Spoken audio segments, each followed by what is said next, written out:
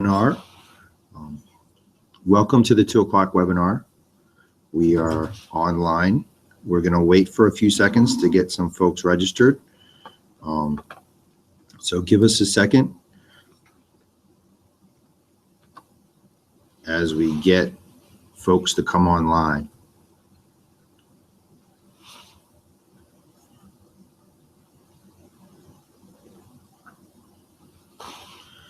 We have some folks still logging in.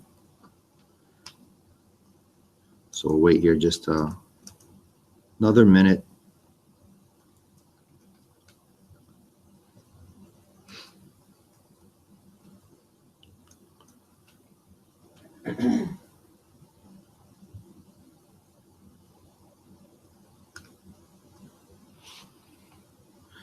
Okay, we'll go ahead and get started.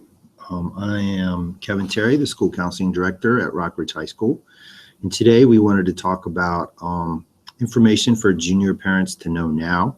We felt there was some information and some changes that have occurred in the last month or two that we wanted junior parents to know kind of right away. And this was our best avenue to get information out to folks right away. We do want to remind folks that Wednesday night we have a financial aid seminar with Briarwoods at 7 o'clock. We'll be talking a little bit about financial aid and the FAFSA in a few minutes, but we just want to get that reminder out right now. So today, let's talk about the logistics real quick. If you're watching on YouTube, you can send questions via email to susiealder@lcps.org. So that's for you folks on YouTube. If you're in Google Hangouts, it's probably easier if you use the chat function. We're having some issues with the Q&A. So you can probably send information or questions through the chat. Anyway, questions on YouTube or just questions in general, if you have, you can send to susie.alder@lcps.org. As you watch, we'll stop a few times to take questions, but we'll move on. So kind of our objectives for today are talk about who's going to be with your child on the journey to applying to college, and then the information that we really want to get out and the information about the changes in the SAT, the Common App changes, and the new Coalition for Access, Affordability, and Success, and talking about financial aid or the FAFSA. We're also going to talk about Naviance and how to use that, the tool that we use with our students, our seniors this year are using, and just in general about steps you and your student can take to prepare for college. So we wanted to introduce or make you aware of our counselors this year. Since Ms. Bush, her husband was reassigned to overseas, we had to redistribute students across all 4 counselors. And we just had to change the alphabet a little bit for 9th through 11th graders. So Ms. Qatar has all the 9th through 11th graders A through EN. Ms. Famalan has all the 9th through 11th graders from EO to KRI. And Ms. Bryan has the students from PP to Z, and Ms. Connell has KRJ to PO. And believe it or not, our alphabet's that specific that we have a KRJ and a KRI. So one of the first changes that we wanted to make folks aware about is the new PSAT coming in March. Everyone's kind of heard about these changes, but one of the things that we wanted to make you aware of is that the last day to take the old PSAT is January 23rd. And the registration deadline is just a few days away, which is December 28th is the registration deadline. March 5th is the new SAT, so the March, May, and June SATs will be the new SATs. And so why is that important to these groups, or the juniors, soon to be seniors? Miss Alder asked pretty much every college in Virginia about will they accept the new SAT or the old SAT? Will they do something called super scoring? A super score is where a college takes the highest, say, math score of a sitting and the highest verbal score of a sitting, and they combine them. So you might have taken the May SAT and the December SAT, and they take the highest math from that sitting and the highest math from another sitting to get you your highest score, called a super score. So what Ms. Alder asked the colleges was, will you accept the old SAT for these current juniors, and will you super score? And so some colleges said, yes, we'll accept the old or the new SAT, but we will only super score the old SAT, or we'll only super score the new SAT. So it's important as you move forward in your college process to really research this, know what colleges will take the old SAT and the new SAT, and which ones they'll super score, because some were saying that they would super score old and new scores. The one that we were really concerned about, because we have a lot of students apply here, is Virginia Tech, who said they only want to see the new SAT for the current juniors. So that's a pretty big school, and we wanted parents to kind of know that now as you plan. It's very important that, again, you look and see with these colleges who's taking the new SAT and the old SAT. I know some of our juniors currently feel like they're done with the SAT, and this last January SAT was going to be kind of their last attempt to get their best scores. And a school like Virginia Tech saying we only want the new SATs is starting the clock for these students again. So we just want to make folks aware that that's out there, and that's a question that is coming up more and more. So definitely research it. For example, Virginia Tech has had it on their website for the last month or so. Other schools, as you saw Ms. Alder ask them specifically, are putting that information up. So a number of our juniors have said with the changes in the SAT, they are just going to stick with the ACT. And since most schools accept either an SAT or ACT, it's important that you just know the deadlines. The next ACT is coming up in February, so the deadline is January 8th for registration. And that June ACT isn't a bad time this year, let's say as bad as it was for others, because we're not having final exams this year. So it's past AP time, and students will be winding down with their projects. So that June 11th might not be a bad idea for the ACT. So the comfort level with the ACT and all the changes with the SAT, more folks just kind of felt like, I'm just going to take the ACT till we see what happens with the SAT. One of the challenges, and I'll go back a few slides here, is with the SAT in March, the deadline or the return for test scores could be up to 10 weeks. So students may take that SAT and may not know how well they did until they get those scores, but that may not be enough time to be prepared for the May or June ACT, or SAT, I'm sorry. So that's one of the reasons more folks are talking about taking this year until they work through those issues with the SAT. Another big change is what's called the coalition. Our students this year are using the Common App, and the Common App is also linked with our Naviance program that we'll talk about in a little bit. But this year, about 80 colleges throughout the US have decided to create a new application process and portfolio program for high school students. And it's important to know of the 80 schools, a lot of these schools represent some of our most select colleges. So you have Brown, Harvard, William and Mary, UVA, Northwestern. So there are a number of schools that have switched to, for next year, to the coalition. So we're asking parents to really start reading up on the coalition. They say that their tool will be a different tool and make the process easier and more accessible for students and parents. But what we're telling parents now is start to look at those things and start to be aware of what the changes are and which schools you're interested in, and if they're a coalition school or a Common App school, or if they have their own process for applications.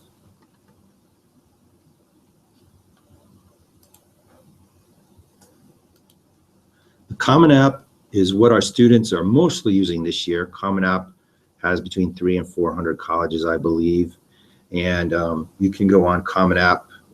There's a link we have here, and we'll post this presentation after we're done today with the links. But the Common App has about 400 schools.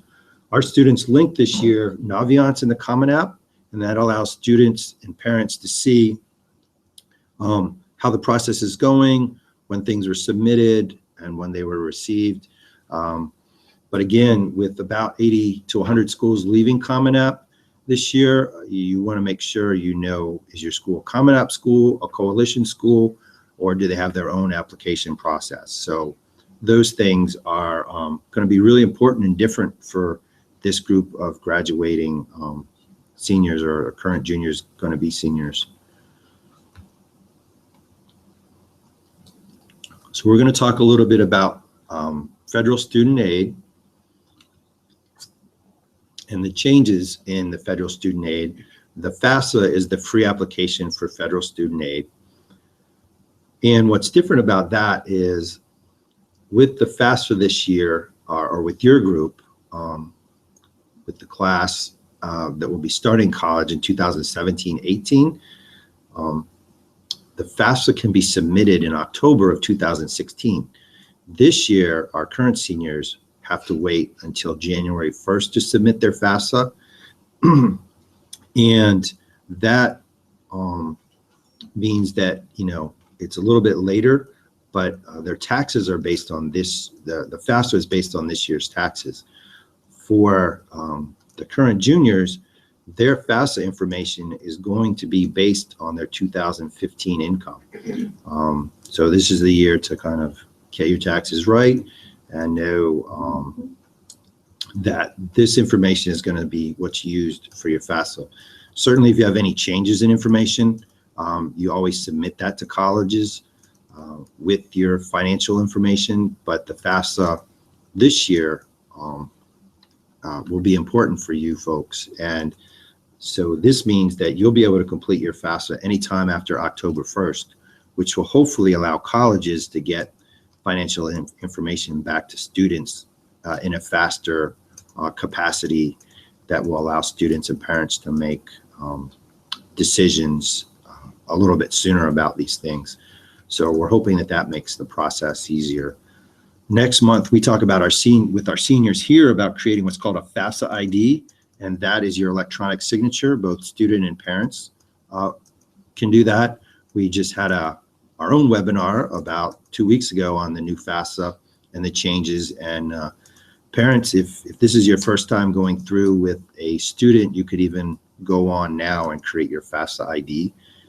You won't be able to submit the FAFSA till October 2016, but you can get your FAFSA ID at any time. So that's something, that process is also different. It now takes several days to get your FAFSA ID. It could take up to 3 days. Currently, in the old system, you could do your what's called FAFSA PIN, or now FAFSA ID, and you could get it pretty much instantly. So know that that process also takes a little bit longer for your group of students. So we're going to stop right now. Those are the big changes. We're going to stop and see if we have any questions, and we're going to take just a second to scan through questions.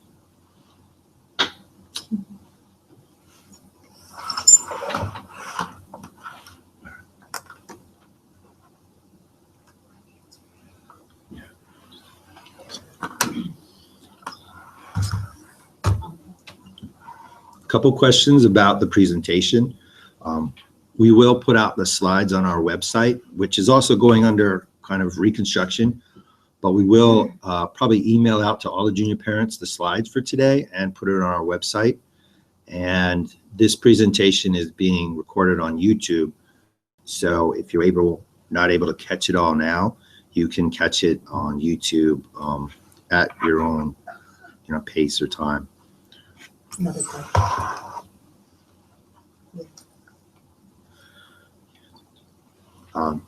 Another question about SAT and ACT, and the question is, does Virginia Tech accept ACT scores? And yes, they do accept ACT scores. That's a good question, and folks, that's something as you go through the process, you and your student could start looking up which schools accept which admissions tests, but most accept all. There are different ways colleges superscore, or they may not superscore the SAT or the ACT. But that's really specific to colleges that it's good homework for the students to kind of look up.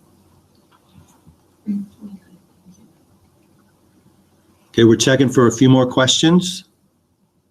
The other counselors are here with me, kind of reviewing questions as we go through the presentation. All right, so we'll keep moving on.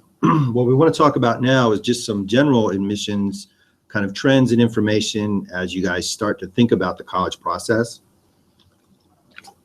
We'll also do this type presentation a little bit later this year for the junior parents, and we're going to have a curriculum night in February for all current parents to kind of think about scheduling for the next year. And then we'll do some more specific stuff with juniors as you guys have kind of more work to do to prepare. This is from the National Association of College Admissions Counselors, or NACAC. And every couple of years, they survey all the colleges in the United States to find out what's important in the application process. One of the big things that is evident in the responses to the NACAC survey is that what colleges are really looking for, and you can see in the survey, is strength of curriculum and the grades in those courses. So you're taking courses that are challenging for you, you have a challenging curriculum, and you're doing well in those courses. That's kind of first and foremost. And you see as you further go down, you see questions, folks have questions about grades in courses and GPA, and you see class rank is kind of further down.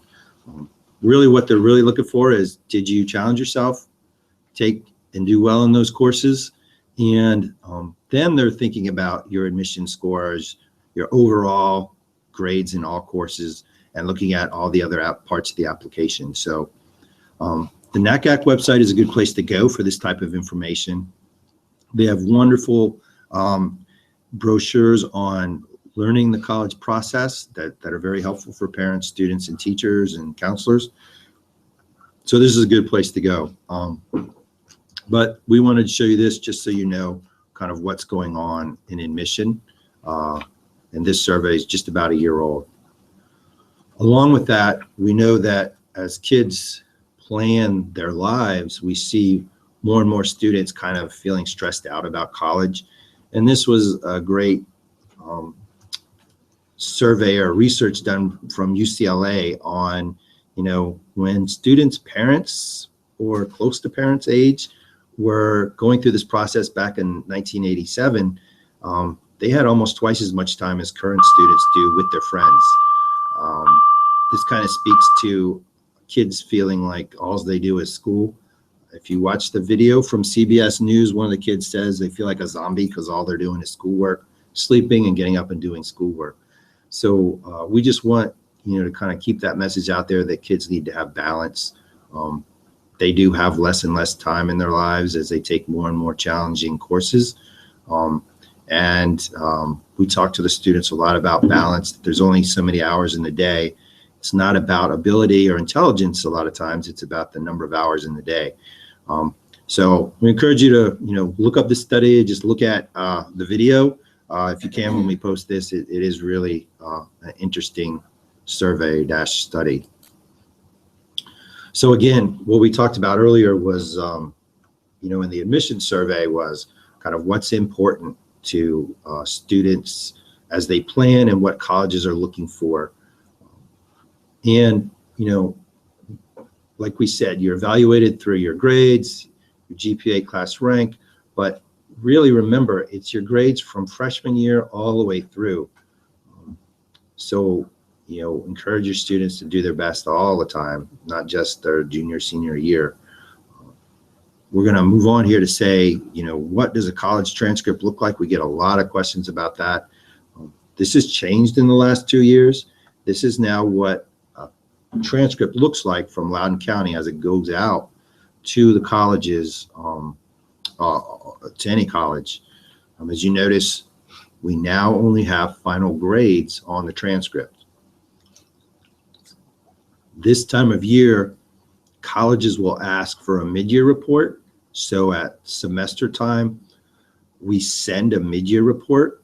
So our current seniors in January, after the second quarter is ended, we will send a transcript that has their middle or half-year grades on there. So that's the only time that colleges now see semester grades.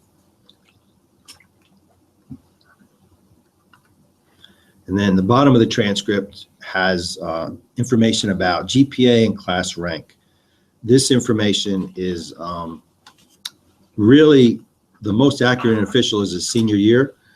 When kids come in their sophomore, junior year and ask about class rank or that type, specifically class rank, it's not always as accurate as we have students move in and out.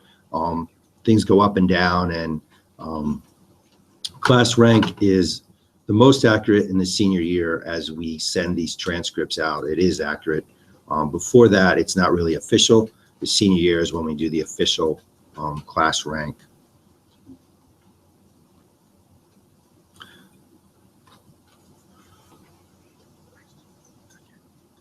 So the other thing, again, we talked about was making sure that you're taking courses that are rigorous for you. And this is, again, what we said most colleges are looking for, that they're appropriately challenging.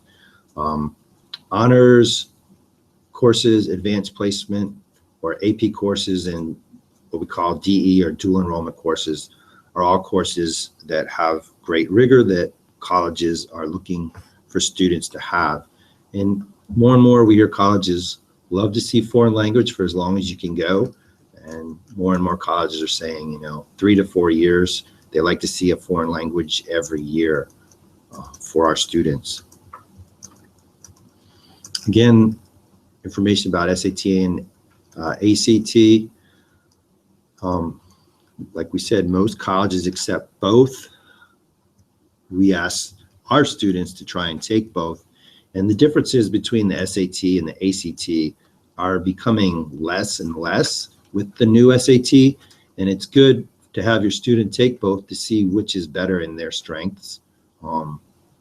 Some students feel like the SAT is better for them. Some feel like the ACT. The current ACT, the writing is optional.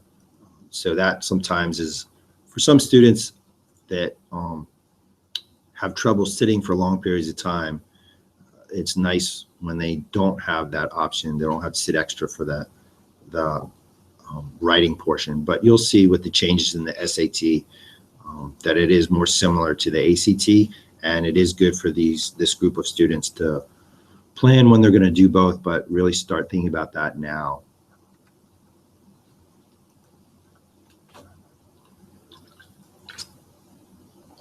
We're going to talk a little bit now about Naviance and family connections and how we can help, and it can help you with kind of your college planning.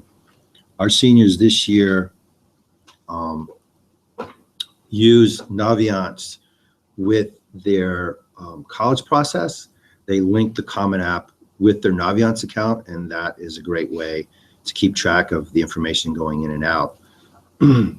Naviance can help you kind of with your college search. It includes information about where our students are applying and going, and that information gets updated each year.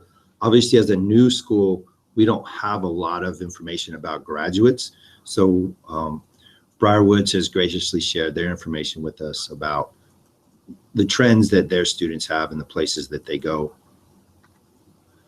Again, this is a great place to compare colleges, track your application deadlines, and see when college visits are at Rockridge. And we really hope that our students can use Naviance to create their resumes and to keep information there, because many times students forget about what they did in 9th and 10th grade, or even beginning of 11th grade, as far as awards or service they've done in the community or at school. And Naviance is a good place to keep track of all that. And if you need more information about your access codes and those things, it's on Miss Alder's part, the Career Center part of the website.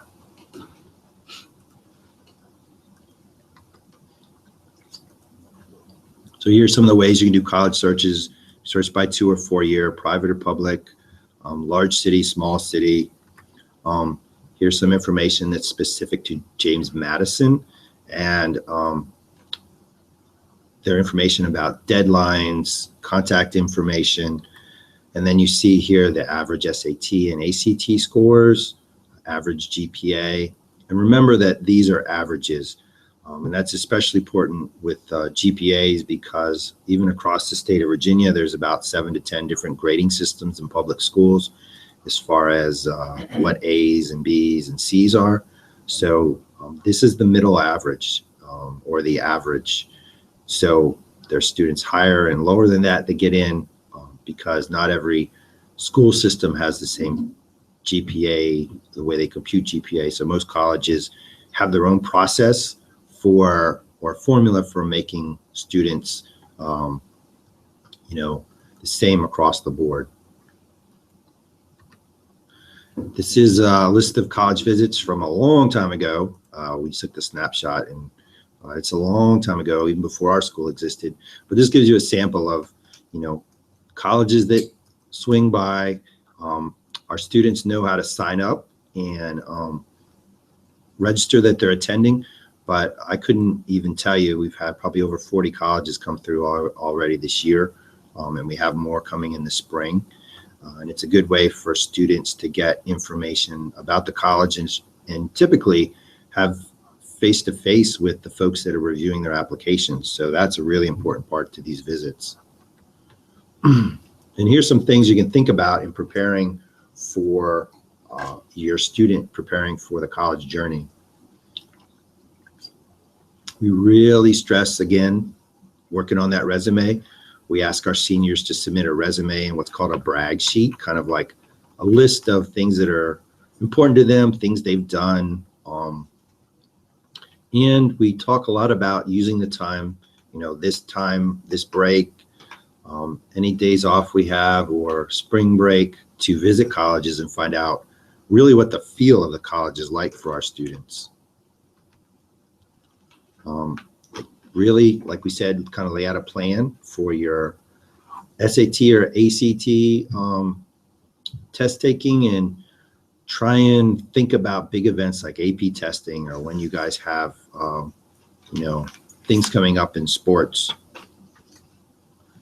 You can register at collegeboard.com or ACT.org or ACTstudent.org. And I believe like the next ACT in Loudoun is in February on the 6th at Dominion High School. But each of the high schools, most of the high schools offer them kind of regionally that you can sign up.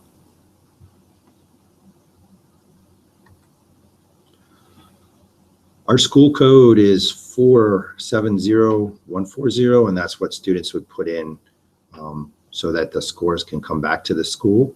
When colleges ask for SAT scores, students are the ones that need to send them. And so one of the ways that you can send scores, you have the option when you take, say, the SAT, to send the scores. And that's the only time that it's free. After that, there's an additional fee each time you decide to send the scores. So it's an okay option to send scores.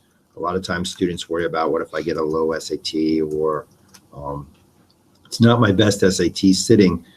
Colleges, again, you find out if they super score or not, if they take only one sitting, or they take the highest of your math and verbal. And again, you can send the scores. That's the time when it's free. Other than that, there's an additional fee. And those fees tend to add up with application fees and then additional fees to send test scores. We don't send those scores on, and they're not on the students' transcripts.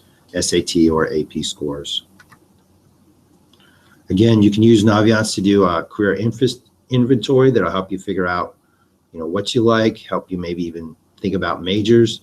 But in Naviance, you can look those things up, figure out what schools have what majors, if they match up with your career goal, and make sure that there is a good match between what you think you want to do and what you want to do, and if there's those options for other majors. We talk a lot about, with our seniors this year, picking colleges that are a good fit or feel good. And that's important for our students, to make sure that they have a good fit or feel when they go to that school, that they are going to be comfortable living there for 4 or more years, hopefully only 4, and that it's a place that can be their home. So that's really important for colleges. They're going to be in a place that's their relationship for 4 years, and that's where they gotta feel at home. Kind of a checklist again of things you can think about and move through. A lot of times we hear our students talk about one of the things they look for most in a college visit is, what are the dorms like and what is the food like? That's kind of important, because those are the 2 places that they're going to spend a lot of time eating and sleeping. But again, it's about fit and how a campus feels to the students in comfort level.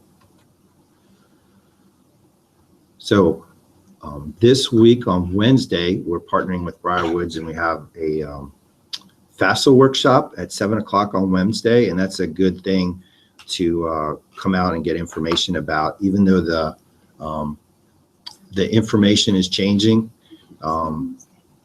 we want to make sure that you understand the FAFSA in general. So when they give the presentation, it's more about filling out the FAFSA and those type things. But even though the FAFSA timelines are changing, the application itself is not changing that much. So they make us aware every year of the changes, and these workshops are a great way. But again, don't rule out any college because of cost.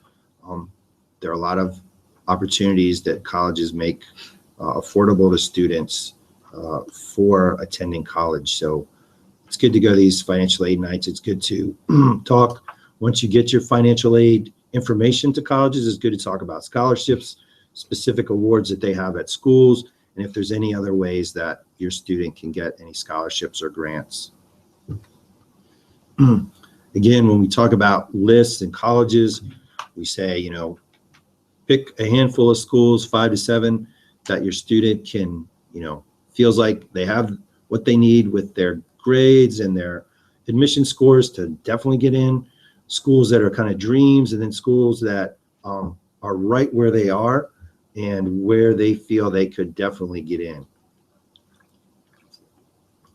And really work on this list and have it kind of not set in stone, but a good working list by the end of the junior year, and even think about, again, during these breaks, visiting some of those schools. And if you get into that school, kind of think about that question. If this was the only school I was admitted to, would I feel comfortable going there? Because if you're not comfortable going there, it's not going to be a good experience. And we want our students to have a good experience when they head off.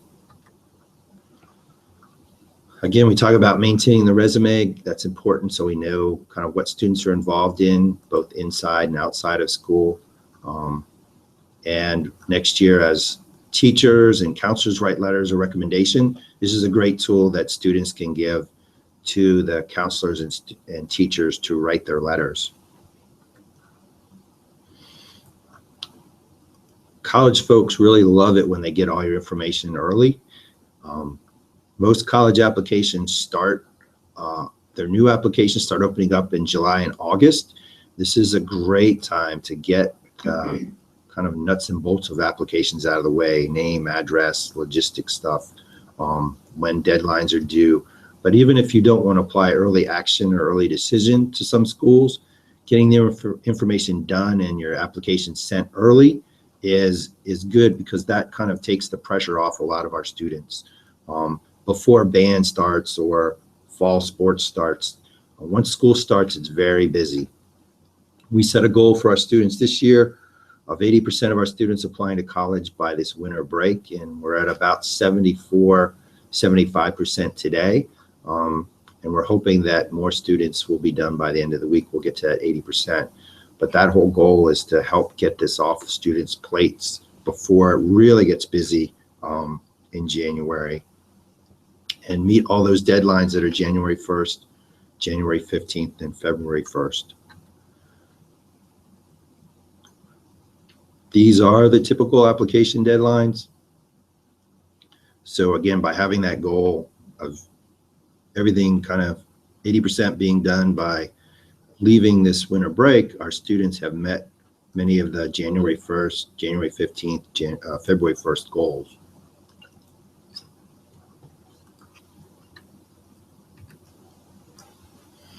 And then these are just some things we've heard from parents kind of going through the process, but try and stay as positive as you're able to with your student. It can be a tough time for everybody. Create a place in your house where you keep all this information, maybe a file drawer or a binder, and have one email that everybody that's in the process, parents, students, have access to, because this is how the colleges are going to communicate to you primarily is through email. So if something's missing or there's a problem with the application, they're going to contact you through email, and it's best that everybody has that email and that password so that nothing kind of gets lost.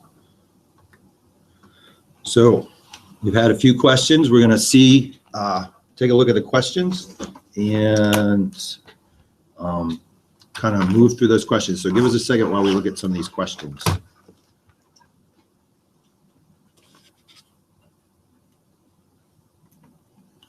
Okay, one of the questions was, folks in the community heard that this year's seniors, or our seniors, Rockridge, are being lumped with other school seniors for class rankings. Because we're new, no, each school ranks within their school. And that's an important question to know. Each college first compares students within their own school. And like VCU, when they were here giving their presentation, said, you know, we're comparing you to you. We're trying to compare you to what we think you could have done and how well you did before we even think about comparing you to other places. So that's important to know. Typically, schools are comparing our students within our students before they start comparing outside. And I think VCU said it best when they said, we're comparing you to you before we even think about other comparisons.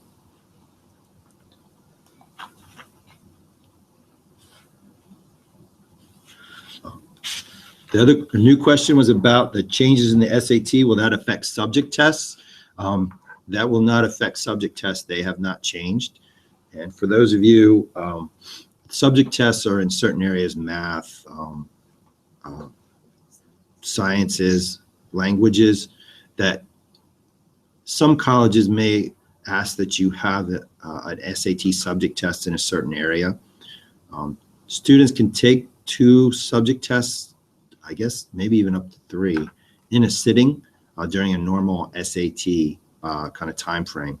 So if you went and everybody else is taking the regular SAT and you're taking a subject SAT, you may be able to take 1, 2, or 3, I guess, while you're there. They're shorter tests. But the new changes do not affect subject tests at this point. Okay, we're looking through some other questions.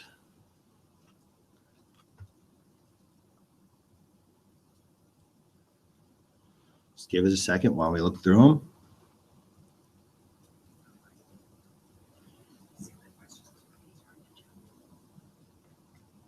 Okay, again, if you have questions, you can email them to Miss Alder. We're going to post this, the PowerPoint, on our website and probably email it out to folks along with the links to the broadcasts so that everybody can have the information, because it is a lot of information that's changed for this year's seniors. And it's a lot to kind of digest for this class. So we'll probably ask for your feedback. We want to do more webinars and find times during the day, not only during the workday, but in the evening when folks can most watch, because we know it's difficult for a lot of folks to get in to the building, and this is important information. So we'll ask again about some times when folks are able to view our webinars, and best times to do that, and kind of best days also. So thank you all for watching. We'll take one more quick check of questions, and then we'll be done. All right, it looks like we don't have any more questions. Again, thanks everybody for watching the webinar. This was our first good foray into webinars, and we hope to be able to do more. And we hope that it's accessible for folks to be able to watch. Thanks again.